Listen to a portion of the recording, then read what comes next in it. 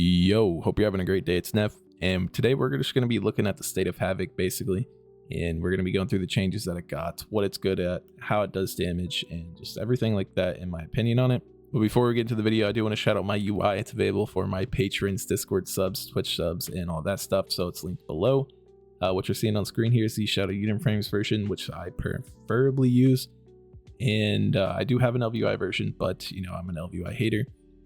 But I do support it, and the 11.1 beta version, whatever, is been released yesterday. So if you're interested in that, links below. Anyways, let's just get into everything. So to start things off, we're just going to look at the Prometheus sim. So this is the currently highest simming Felscarred build we have.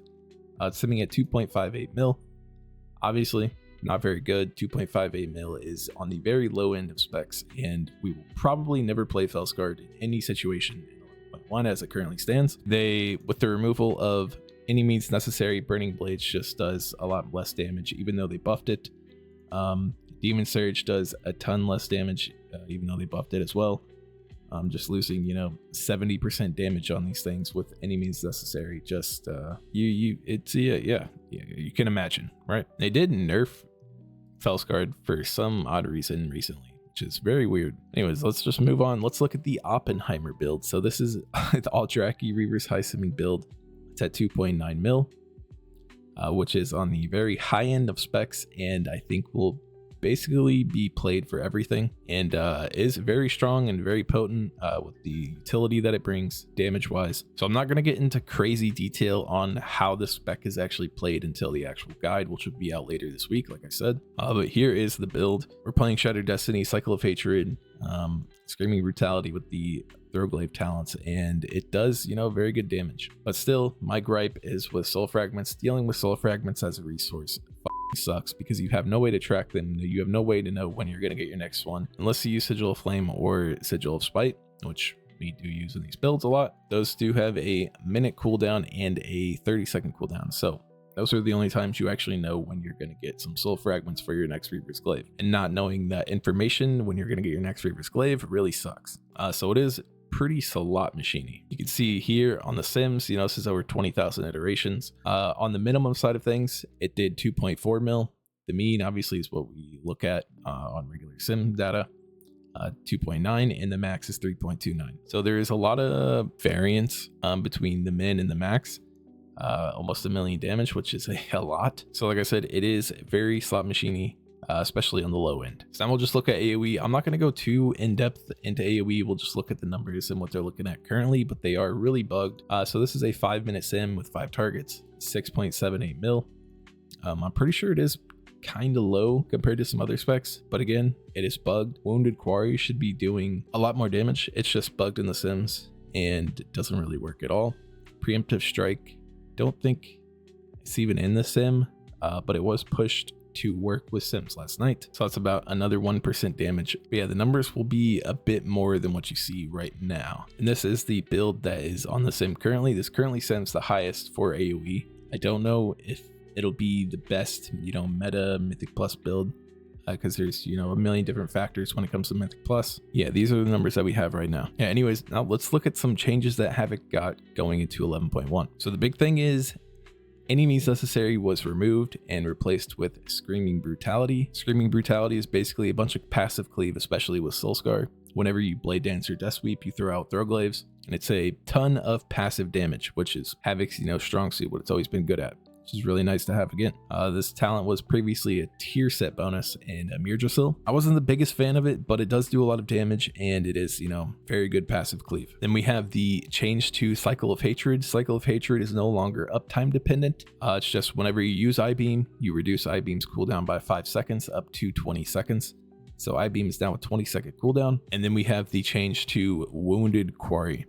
So Wounded Quarry before was just like an additional slash and like proc to soul fragment in 11.0, which was, you know, didn't do a ton of damage. It would do like 1% of your damage, if that. But now it funnels all of the physical damage that you do into your Reaver's marked target. So 20% of that damage is dealt to your main target. So stuff like throwing the passive Throglaives, Reaver's Glaive itself, melees, and the AOE damage from Death Sweep and Blade Dance also, will funnel back damage into your main target. And it is chaos damage, so it scales with our mastery. But in game currently, it double dips with mastery, so it's doing about double the damage than it should be on the PTR. But yeah, I showed you the sim. It should do about 5.5%, 5%, something around there. But this is a very, very extremely, absolutely insane, potent funnel damage doer, as you can probably imagine. So with all that said, Havoc's damage profile is very consistent because of I-Beam being a 20-second cooldown, Reaver's Glaive and the buffs that we get from it. You get one every 15 seconds, something like that. And combined with Essence Break,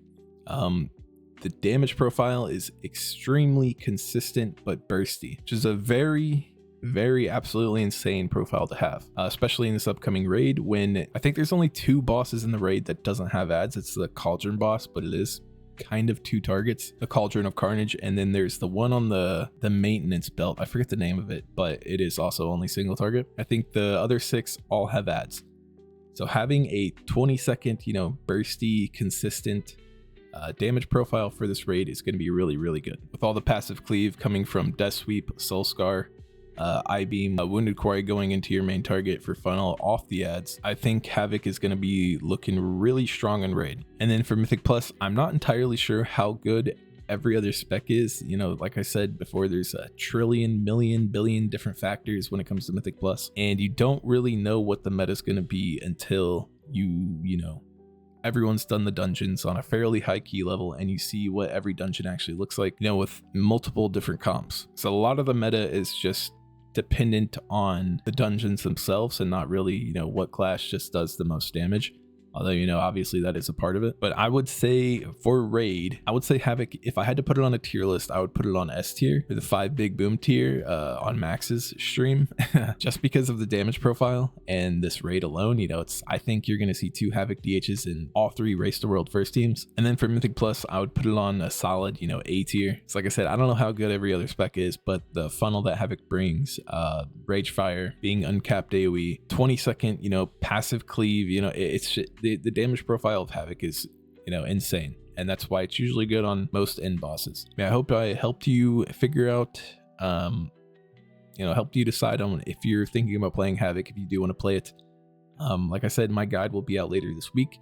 Not entirely sure when, maybe Friday. Yeah, a lot of the changes Havoc got are very good, and the spec does feel pretty good to play. I'm not sure if I mentioned it before when talking about Aldrachi Reaver, but Soul Fragments as your resource for Aldrachi Reaver sucks, and it's turbo RNG. Not having the information of when you're going to get your next Soul Fragment for your next Reaver's Glaive just doesn't feel very good. So I really wish they would have changed that, but I think it's too late, too far gone now. So it is what it is. At least it does good numbers, and it is pretty fun outside of the Soul Fragments.